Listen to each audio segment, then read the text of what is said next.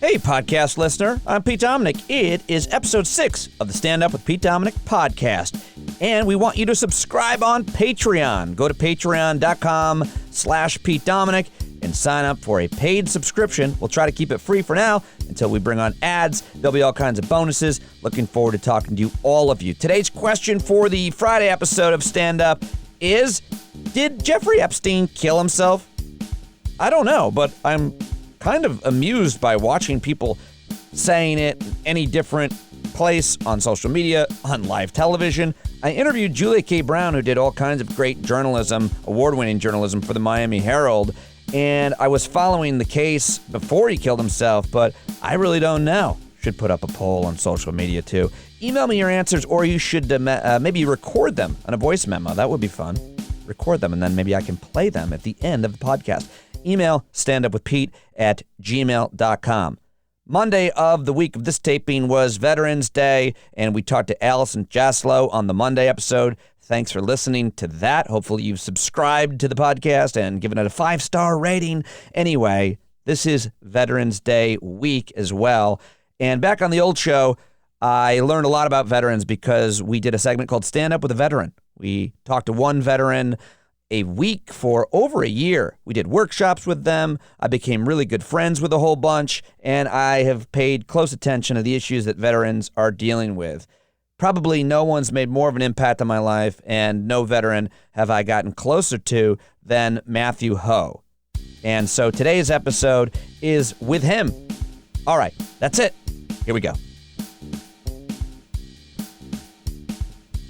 5 years after graduating college, my friend Matthew Ho signed up for the U.S. Marines. After 5 years serving in Japan, he left the Marines and got a job in the private sector. But in 2006, when the war in Iraq was getting really bad, he was recalled to active duty and he assumed command of a company in Anbar Province, Iraq, where he saw it all and lost a lot.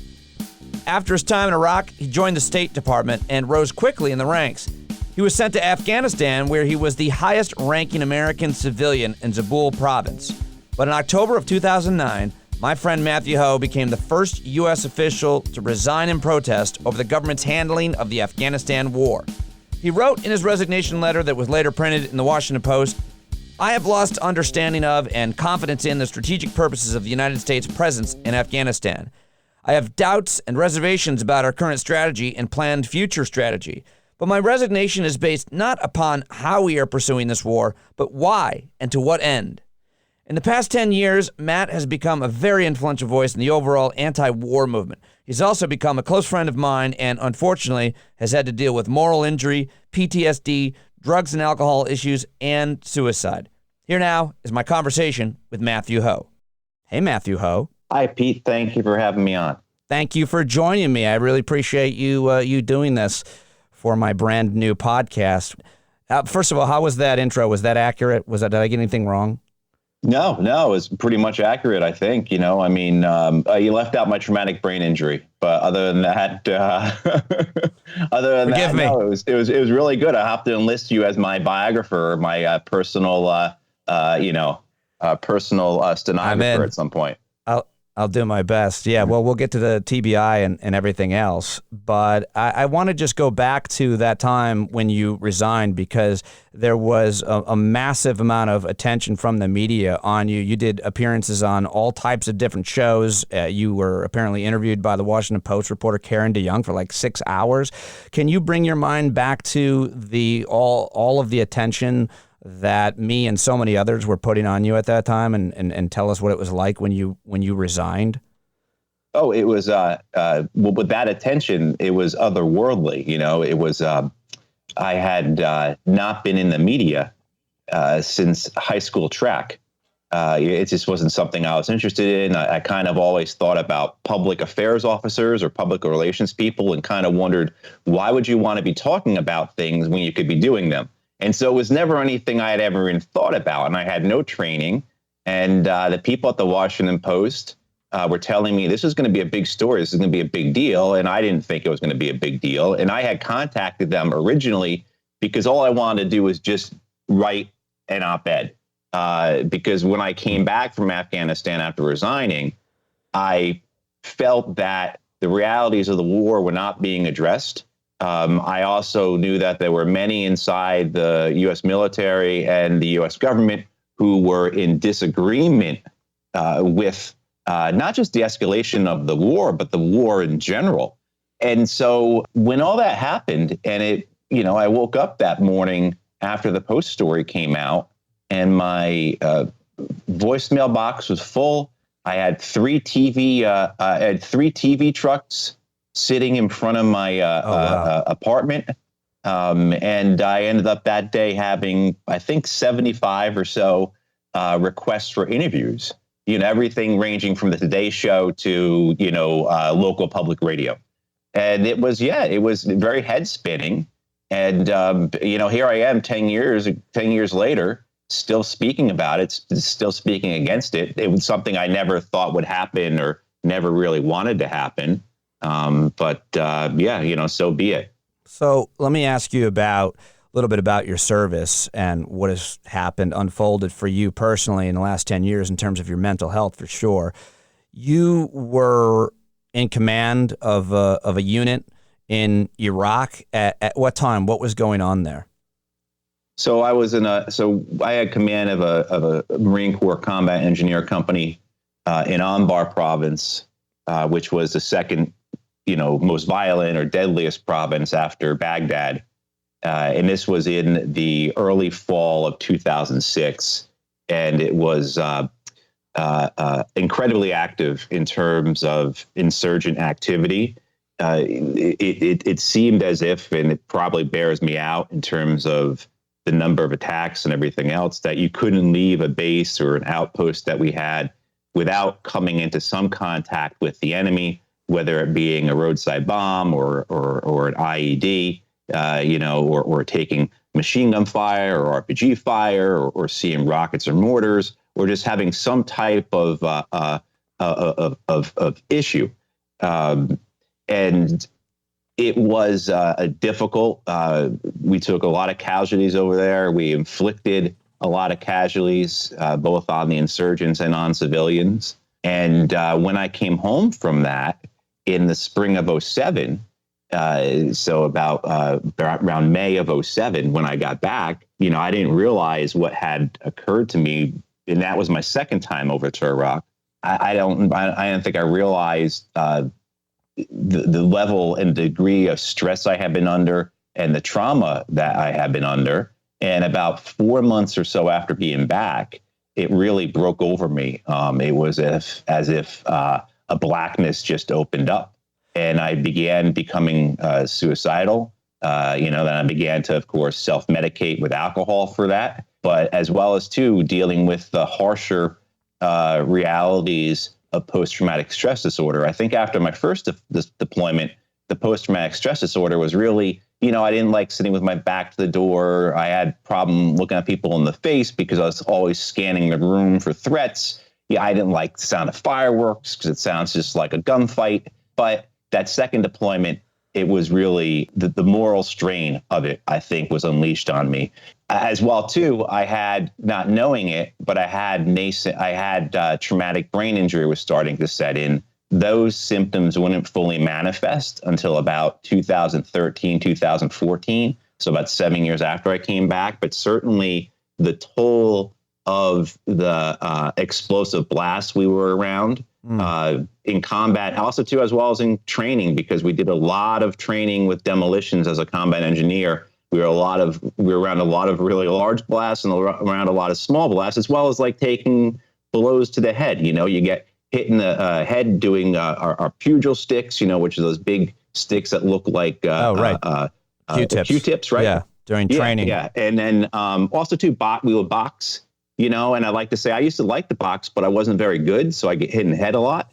As well as other things that happen to you. So yeah, that's kind of began forthright in terms of how it turned my life upside down and really began to shatter everything around me in 2007 or late 2007. And then in early 2009, I had the opportunity with the State Department to go to Afghanistan and be on what was called a provincial reconstruction team. So a small unit that worked with politics and reconstruction efforts that's embedded with the local Afghan governments.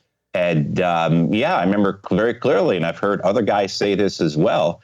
I could either die here at home, in the U.S., or I can go back over there and die. And that's clearly what I wanted. And I was there for about 5 months before I resigned, because at that point in 2009, the Obama administration was escalating the war. I recognized it to be for what it was going to be, folly. It was just going to add fuel to the insurgency. It was going to add support for the Taliban. I recognized that the Taliban were not al-Qaeda, that stationing mass amounts of U.S. troops and killing Afghans was not going to do anything to, stop the threat from al-Qaeda. And also, too, the Afghan government was incredibly corrupt. Right. It was not just corrupt, it was predatory. It preyed on the people. And so really, the war in Afghanistan was no different than the Iraq war. The Obama administration was no different than the Bush administration. And that upsets a lot of partisans, and I voted for Obama in 2008, but that's the reality of it. That was the sheer reality of it. You were in. So I came home in 2009 and didn't get help from my PTSD, just kind of plunged in. I think when I first met you, I told you I had PTSD problems, but, I lied about it and said everything was okay. I had gotten better. I made peace with myself, et cetera, et cetera. Not so much lying to you, but lying to myself about it, until the point it got to be early 2012. And I remember very clearly one day, it was either put a gun in your mouth today and end this, or do something about it. And, fortunately, I chose the latter. So what is moral injury, Matt? So moral injury is a more extensive form of guilt. I think a lot of people look at it and say, hey, that's just not that's guilt. But it's deeper than that.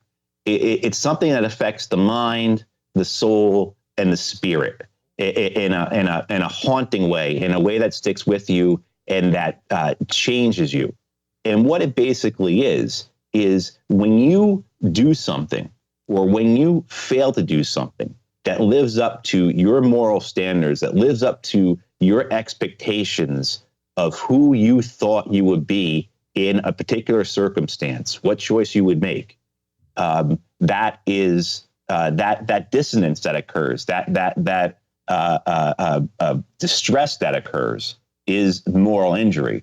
So, for example, you thought as a Marine or a soldier, you thought you were going to protect people. You thought you were going to support freedom and democracy or the rule of law. You thought that you would uphold the innocent and the weak, those kinds of things. You thought you'd have the white hat on.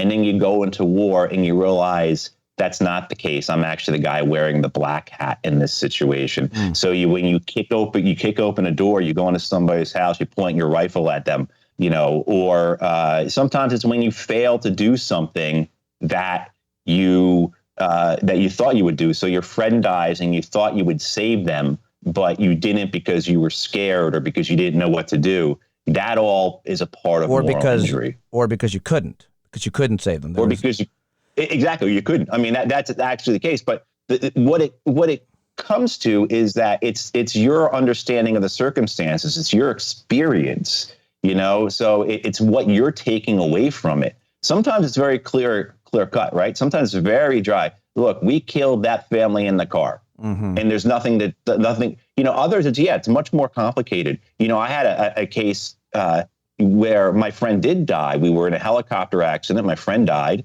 He drowned along with 3 other guys. I didn't save him. You were in the helicopter crash? That's what you said? I was in the helicopter crash with him. And I didn't save him or any of the other 3 guys. I had to save myself. There's no getting around that. If I had tried to save anyone but myself, I would have drowned as well, because you had all your equipment on, and our equipment, we carried anywhere from between 60 to 80 pounds of gear, and so you can imagine how much that weighs when it gets wet.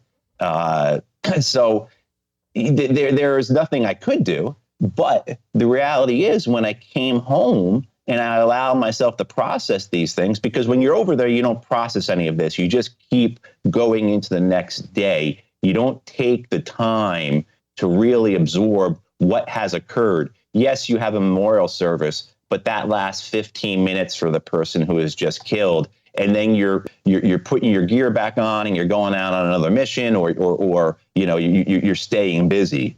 And you can't focus on what happened behind you. You have to focus what's happening in the present, or what's happening in the immediate future.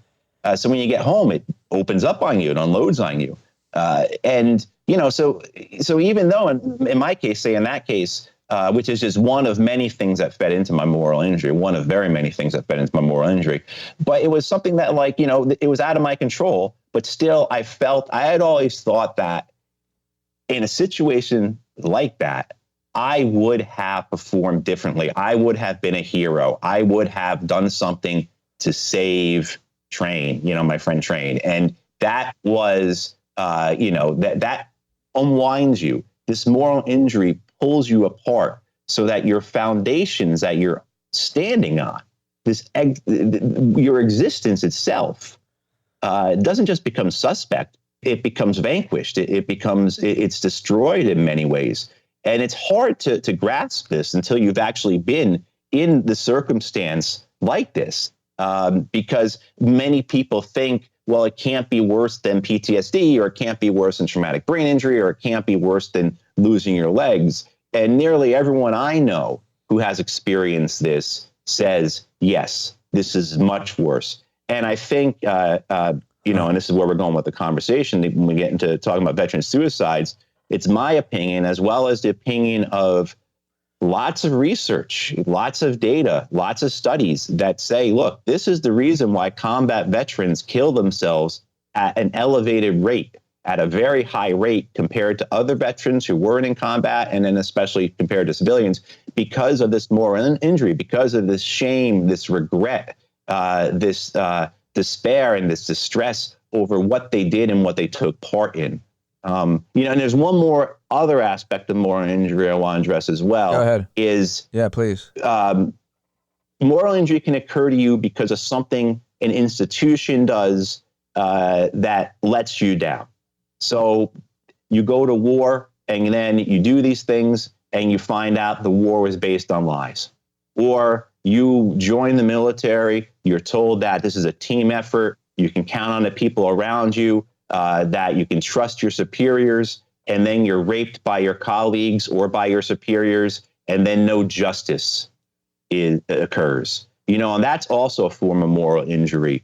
Where that then goes into is that when you do come home and you see, just as it was released again this past week, that the U.S. military is the most trusted institution in the United States. When you go to a football game or a baseball game or a hockey game and you're asked to stand up so 15,000 or 30,000 or 70,000 people can applaud you, and people are thanking you for your service over and over again.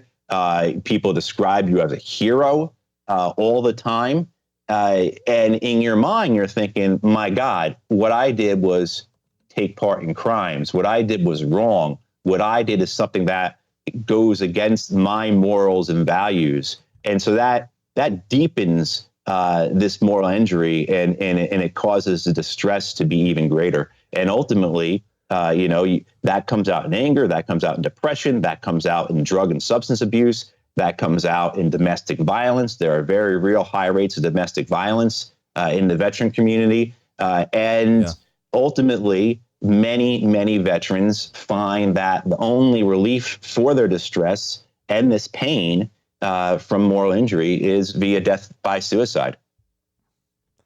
How you've written about this, we've talked about this many times in the past. I think one of the great values of my friendship with you is just following along with your life and understanding the ups and downs, and that's because you've been really honest and very vulnerable about it, and I think that's a massive service to so many other people who are dealing with similar issues. How often and what kind of depths did you reach in terms of becoming suicidal? Was that just one short period of time? Does that come and go? Does it visit you still? It lasted for a period of years, roughly 07 through 2000. I mean, honestly, roughly, I've been suicidal since 07 from, I would say, to about 2017. So about a period of 10 years, I dealt with this. Sometimes it was very intense. For years, I always had a suicide plan, where how am I going to do it? Where am I going to do it? How am I going to let people know? How am I going to contact the police? How am I going to make sure that people have my passwords to my bank account and, Facebook and email and, what's going to happen with the, my dogs and cats? How am I going to let my parents know about this? How am I going to let, et cetera, et cetera. And that plan was always updated. So whenever you moved, even if I just moved apartments across town, in my head, this plan gets updated. And it's something that when I became suicidal, I would rehearse it. And there were a number of times, probably close to 6, that I started putting those plans in motion.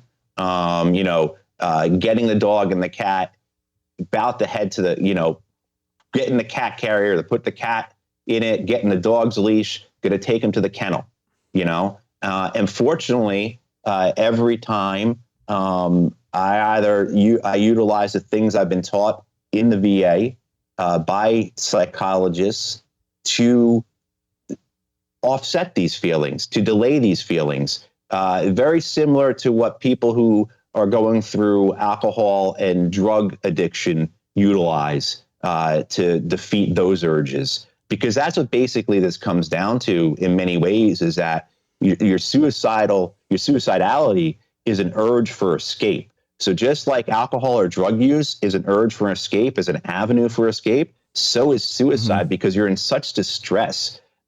What saved me is the fact I never owned a gun. If I owned a gun, I know I would not be here, because I would have used it. What's also been of great help to me is the VA crisis hotline, which has been just phenomenal on the number of times I've called it. Really compassionate, really professional people, many of them with experiences like this in their own life, very empathetic and very competent. And they've always been of help to me. But it's the last time I had a suicidal urge was a couple of months ago. And it had been the first time in a couple of years, almost about a year and a half at least. And I quickly recognized it for what it was, that this is the way my brain is trying to deal with a circumstance that's distressing to me. And what happened was, by the time I was able to put the brakes on that, I had already started to re-update that suicide plan. I had already started to think again, how are you going to do it? At this point, I was now a Virginia resident, so I could just go to a store and buy a handgun, right? That's all you need in Virginia is just a Virginia's driver's license, and you pass the background check, and you're walking out with your Beretta or your SIG or whatever, Smith & Wesson, whatever you want to use. I knew the park I was going to go to, all that stuff came back. But then I did what my psychologists have taught me to do. And I was able to recognize what I was going through. I was accepting what I was going through, identified what I was going through. And just as many people do with a form of addiction, eventually the feelings, those thoughts, that urge dissipated.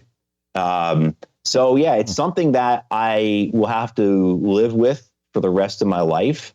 It's something that I think many war veterans live with. Certainly what we know historically, this has been an issue going back to the Greeks and the Romans. We have Native American accounts of this, of the psychological and psychiatric stresses of war, of coming back from war. We know that in the decades after the Civil War, hundreds of thousands of Civil War veterans died from suicide, alcoholism, drug overdose, particularly morphine overdose. Because so many of them were addicted to morphine, and then World War II veterans. We see in World War II veterans, which this goes to show that moral injury and veteran suicide has very little to do with how a society judges the war. World War II is the good war. These were the men and women who liberated the concentration camps. These are the men and women who defeated Imperial Japan. Right. Yet we see with them men who, and primarily men, who are in their 80s and 90s, who are World War II veterans, have suicide rates 4 times higher than their civilian peers. So if you're a World War II veteran, 70 some odd years after the war, you're still 4 times more likely to kill yourself than someone your age and sex who didn't serve in that war. So this is something that goes away with time. It's not like a broken heart. It's not like losing a family member. It's not like being in an automobile accident. I'm all those things being very serious. I'm not belittling those Dismissing. At all. But that because I think what happens in war is that you're the one who does something, and this is what comes to the crux of moral injury and veteran suicide, is that it's your actions. Again, whether you did something or failed to do something, that define that experience. And so it is not so much that you're a victim, but rather you're the perpetrator. And for people who thought that they were morally good, who thought that they were doing the right thing, who thought they were wearing the white hat, being the perpetrator is something that is, shatters your mind, your soul, and your spirit. How do you see, you've become so educated on so many things, from everything that you're discussing in terms of psychology and addiction and suicide and PTSD, but you've also paid close attention to geopolitics. You've been asked to be a commentator in any number of different types of media outlets, radio, television, on so many different issues. But you have a lot of thoughts, I know, about kind of geopolitics and war and peace. When you look back at the war in Iraq and your time in both Iraq and Afghanistan, how do you see those conflicts as an American, as a civilian, as a member of the military? Of course, I view them as being wrong. And I try, when I speak about these things, I try and make sure people are putting them into context and make sure we're not truncating what occurred prior to, say, September 11th, 2001. Prior to March of 2003. We can't just say history begins on an arbitrary date. Now, you have to do that to a certain degree, because otherwise, you would go back, we would go back, say, with talking about Iraq, we would end up going back discussing the Babylonians, you have right. But I think point, that Andrew Bacevich wrote that book, like the 30-year war, something like that. Yeah. Basically our presence in the Middle East. I understand what you're saying, but it's probably around the time of the Iraq-Iran war, and obviously you go all the way back to Lebanon and the bombing of the Marine barracks there and the Middle East conflict. I see what you're saying, depending on where you want to start. But picking up with our invasion in Iraq and obviously Afghanistan as well, the time that you were there, how do you see it? How should history see it? I should see it plainly as what it was. It was the destruction of a country for the political and economic benefits of another country. I don't think it could be any plainer than that. With the Iraq War, we have so much evidence, whether it be documented or anecdotal, about the reasons for the war. Karl Rove saying, presidents who are wartime presidents, to paraphrase him, win re-election. You have just the concerns of Dick Cheney, his relationship to the energy companies, what was stated about the oil in Iraq, the focus on it, as well as, too, you look back and you look at who filled the Bush administration. These are primarily men. There were a few women, but primarily men who were members of the Project of New American Security, as well as the Clean Break Strategy, which are things in the 1990s that basically were strategies to reconfigure, break apart the current political situation in the Middle East in order to better favor the United States and Israel politically, economically, militarily. So these are all things that you have to take into account. And so I always bristle when people say that Iraq was a mistake, because when you say it's a mistake, that implies there was good intent, but this was something that was wrong from the get-go, whose purposes were malignant. They were not benevolent. And the result was that it didn't work the way they thought it was going to work. I heard someone else say this the other day, and they compared it to like, you wouldn't say a bank robber, was a bank robbery was a mistake if 5 people got shot. It's just the fact that the bank robbery went bad, it went wrong, it still had nefarious intent, and that's what this basically was. This was kind of a holdup of another country for a variety of different reasons, for power reasons, for reasons of, look, I go back to 1947, 1948 a lot.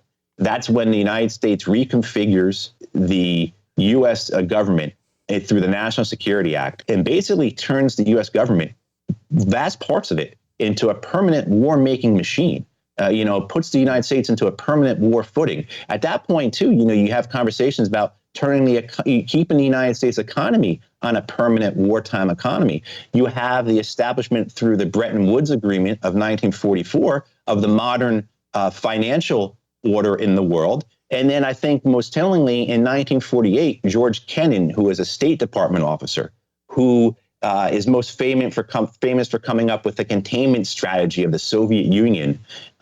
He says in policy planning paper number 23 in 1948, he says very clearly that the United States has to go it alone, has to maintain its empire, has to maintain the economic success that it is deriving from the end of the Second World War, because at the end of the Second World War, we are literally the only industrial nation still standing, without any, who's not just still standing, but we're stronger than we've ever been, more powerful, more wealthy than we've ever been.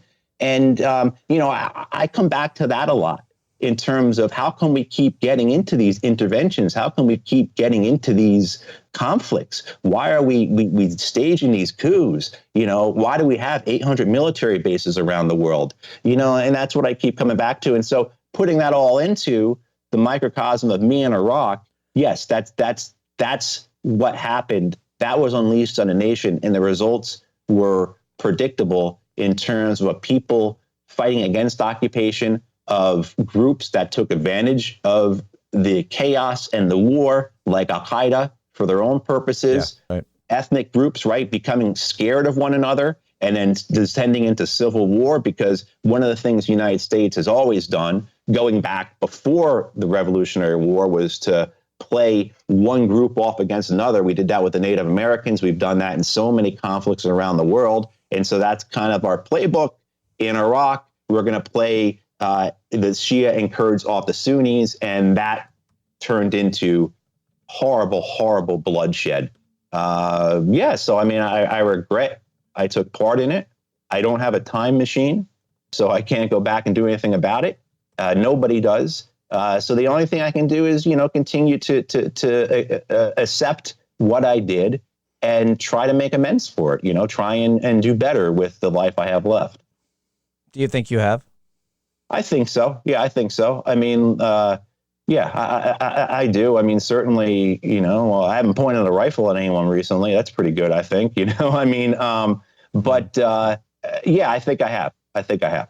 Yeah. I think you have. Well, I don't know how you balance those things out, but how do you then answer someone who says, talks about the threat of terrorism to this country, whether it be a 9/11 type of attack or anything else, how the United States government and leadership should react to that type of violence and prevent against it? Well, I think you have to look at the grievances of terrorism. One, you have to recognize that the last 20 years or so, the last 18 plus years since 9/11 has been just a massive failure in terms of just purely practically, has our policy worked? No, it has not. The FBI spent like a year in Kabul. They, whether it's Peter Bergen or Ali Soufan or other journalists and people who have who have looked at this, the size of Al-Qaeda in 2001, in September 2001, was anywhere from about 100 to 400 members, actual members, not people who were signing up from abroad to fight with the Taliban, but actual Al-Qaeda members who were capable of carrying out some type of terror operation that required more than just carrying a rifle someplace. Was Right. between 100 and 400 people. And you look what has occurred over the last couple of decades. Just look in the last 10 years. Bin Laden was killed in 2011. And then you have what happened in Libya. You have what happened in Syria, this Islamic State organization, right? Which, is, of course, a descendant of Al-Qaeda in Iraq, which was created because of our invasion of Iraq. But you look at it, you look at Idlib province in Syria is the largest bastion of Al-Qaeda soldiers the world has ever seen. I mean, they hold territory there. They still hold territory. I mean, Al-Qaeda has been more successful than Bin Laden and Zawahiri would have ever dreamed they were going to be able to be, I think. Right. And then I think you have to, again, not truncate it so that you don't look at terrorism as starting September 11th, 2001, but everything that preceded it. And you have to accept that these people had grievances. Don't get me wrong. I mean, the murders of 9/11 were horrific and appalling. However, when you're looking to see if you watch and it's hard to find them now because they've been taken down, but if you ever watch the videos of the hijackers from 9/11 or read what Bin Laden said about it, they had 3 grievances. And again, whether or not you agree with the grievances, you have to admit that they're legitimate grievances. One is the sanctions of Iraq and the bombing of Iraq by the United States throughout the 90s, the stationing of U.S. troops in Saudi Arabia, and then the support of the United States for Israel. Again, agree with them, yes or no, but you have to say, those are legitimate grievances. So, yeah, I mean, the idea that somehow we're going to fight terrorism by occupying nations, destroying nations, killing people, it's very simple. All that does is create more terrorists. And that's what we've seen over and over again. Great example, my favorite example right now. It's not my favorite because it's a terrible statistic in terms of what it actually means. But in the year prior to the United States establishing the United States Africa Command, the U.S. military force for Africa in 2007, there was something like about 25 terror attacks all throughout Africa.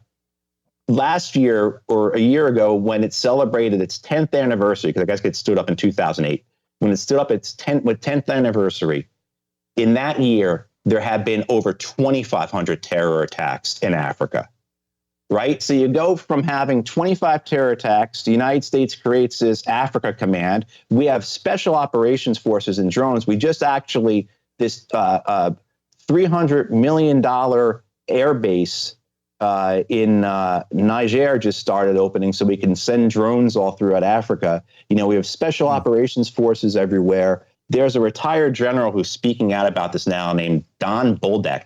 And General Bolduc was in charge of special operations for Africa.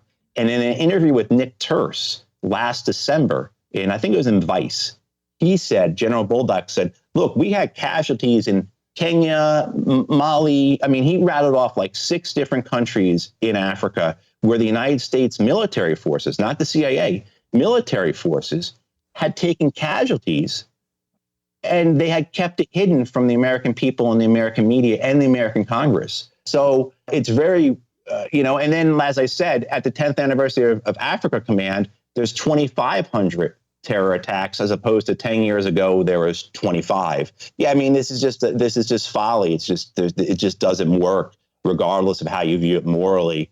And another way forward has to go on, or else this is going to go on. I mean, your grandkids, Pete, will be talking about these kinds of things and possibly dealing with them. Matthew Ho, I could talk to you forever, man. So much education, so much said. I'm so glad I reached out to you this week. I love talking to you. I miss talking to you, and we just have to keep talking about this stuff. And I'm happy that you're hanging in there. How are you doing right now at present? Oh, I'm well. Thank you. Yeah, you just again, I've had a lot of support in my life. A lot of support from family and friends, and most importantly from the VA. And for people who have family or friends who are struggling with this, or if you are struggling, you need to get help. That's the only answer is professional help. That's it. That's the only answer. And when you have professional help, then you can start to accept. Then you can move forward. Then you can get your life back. You can reclaim what you've lost to a degree. But without professional help, that's impossible. And for caregivers, family, friends, etc., tough love is not the answer. This is a compassion-based, acceptance-based. Don't tell people that, oh, what you did over there, it wasn't your fault. Don't tell them, oh, what you did over there, you had no choice. War is not murder, etc. Don't try and rationalize it. Just accept what they're saying, help them, be compassionate, and lead them to a place where they can get that professional care that is needed to overcome this. Matthew Ho, I'm going to press stop on the recording, and this will be our conversation, and then I'm going to keep talking to you. Thanks, cool. Matt. All right, thank you, Pete. There you have it. Hope you enjoyed it. I learned a lot. Pretty honest guy, huh? Matthew Ho, HOH.com. Support him. He's launched his own Patreon. I asked the question for today's podcast because it is Veterans Day, Veterans Week. I said, do you personally know any veterans? If so, how are they doing? And on social media, you answered. Ken said, I know some veterans. It's a mixed bag. I know some are doing really well, and some have a few issues. Fireworks can be tricky. My dog is a therapy dog, so we do visit with veterans. Honored to help where I can. John answered, I personally know hundreds, and I'm a veteran myself. Some of us are fine. Some struggle. Just depends on our experiences and varies from person to person and by what coping mechanisms we use or don't use. Benny writes, yes, my best friend John is a veteran of Desert Storm. He's one hardworking, great father, great husband, not to mention a great friend. He's doing great. And finally, Justin wrote a long, thoughtful answer to the question, do you know any veterans? How are they doing? Justin says, I know a few. It's a mixed situation. Some have really done the tough work with counseling and found comfort through faith or philosophy to wrap their heads around the situation. Others are suffering greatly and very upset at anything they perceive as a slight on their great sacrifice, i.e. that someone being anti-war is not supporting the troops. That's when you just talk to them and let them know you care. It's not worth the debate on the rights and wrongs. It becomes unkind in the shadow of their suffering. These men and women have paid a great price in pointless wars and generally deserve comfort. People really need to look at the voting records of future politicians when it comes to war as to not unnecessarily perpetuate future conflicts that take such a heavy toll on the lives of troops on both sides. Justin, I wanted to read the whole thing. That was really good. Thanks for your thoughtful responses on Facebook and Twitter. You can email me them. You can leave a voice memo. And the question for Friday, I'll ask again, is, did Jeffrey Epstein kill himself? A lot of people are wondering about that whole conspiracy. Send me a voice memo or an email or answer it on social media. standupwithpete@gmail.com. That's it for episode 6. More coming at you on Friday. Subscribe, give it a rating, and consider a Patreon subscription at patreon.com/Pete Dominic. Thanks.